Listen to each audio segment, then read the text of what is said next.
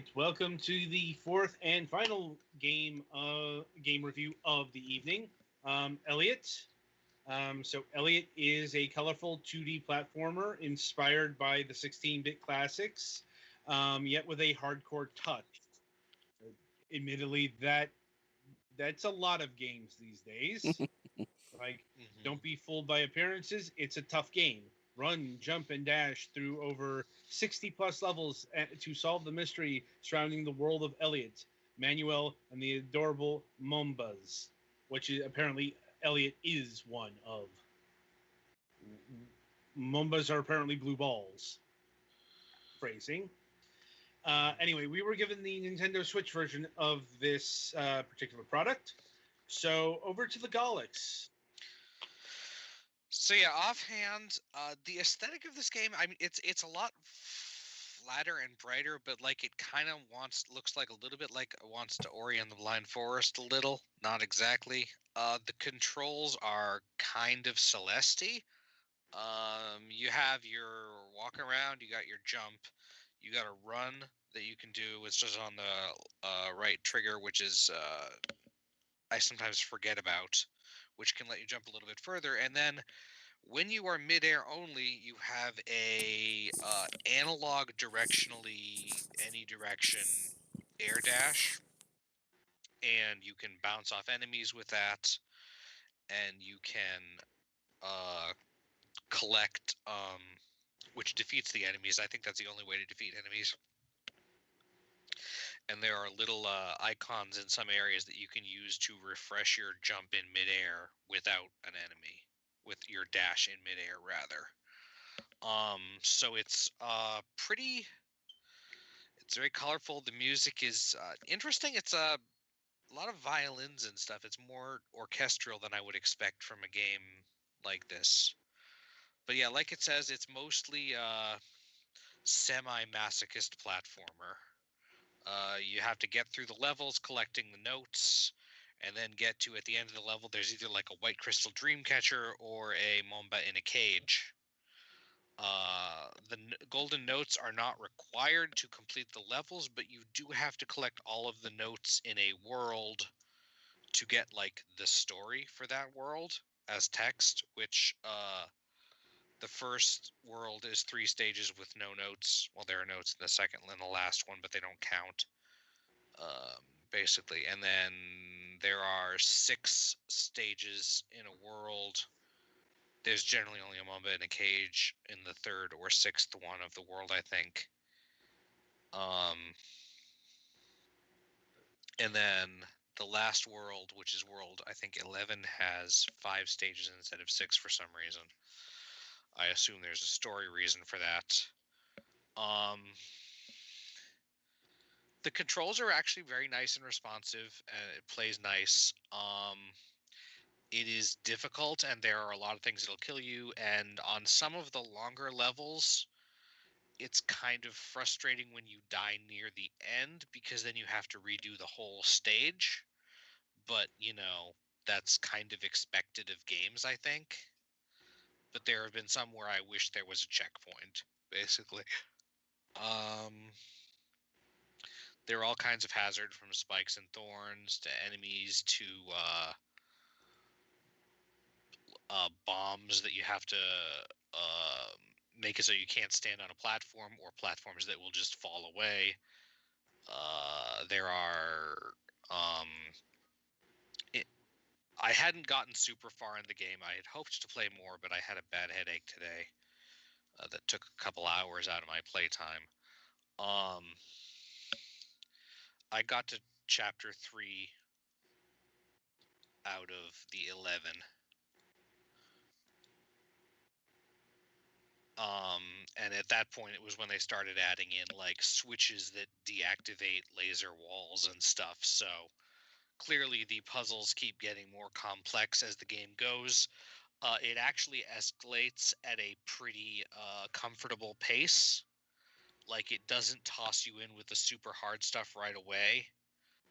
You have time to acclimate to the stuff that it's teaching generally before you have to learn new stuff. I can't really say much for the story because it took a long time to get there, you know. Or rather, you have to.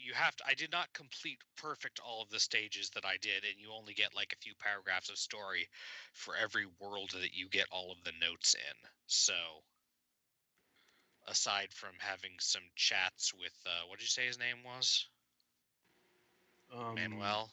Manuel. I assume he's the green blob guy.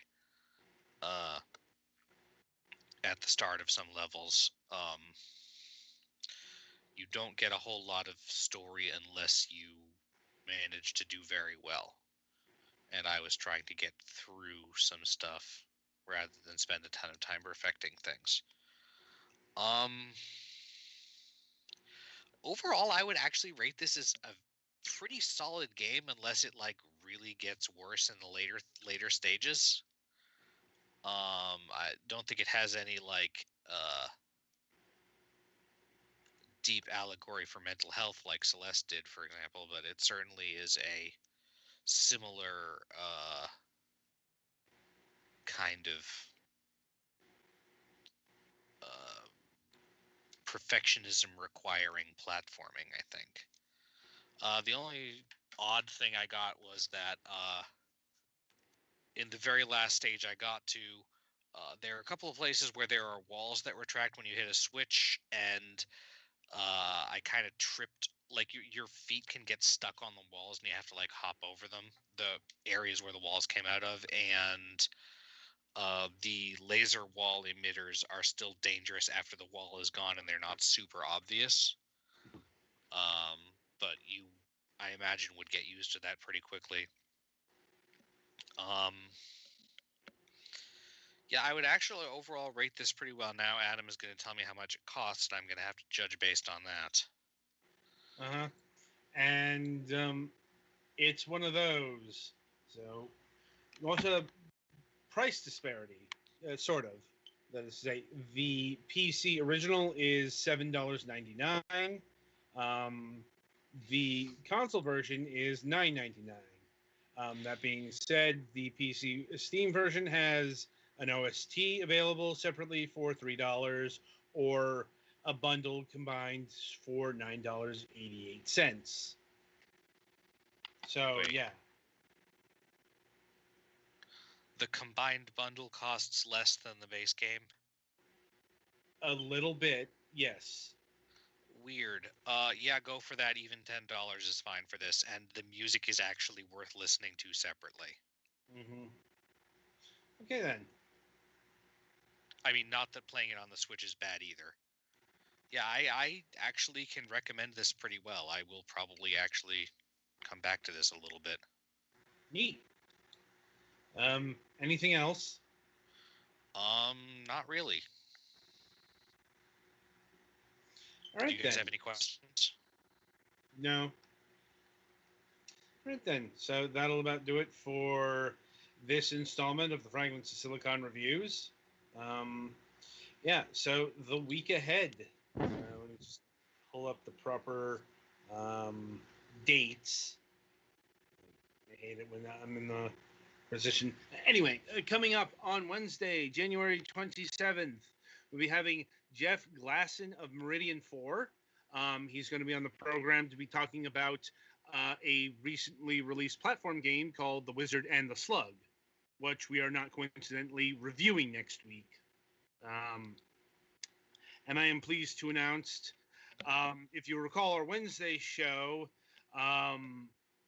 Sam Ho of Suba Games was supposed to be with us, but could not attend due to apparently some technical problems. He did not specify what they were, but they were severe enough that like he showed up in our chat just as we were wrapping up. Once we got to the post show, we got everything sorted, and we're going to be having him on our Friday show. So look for that on January 29th. And we'll still be speaking about the upcoming third-person shooter Mars. And yeah, And we will also be having a new Last News Desk on Left on Wednesday. So until then, I shall wish you good gaming.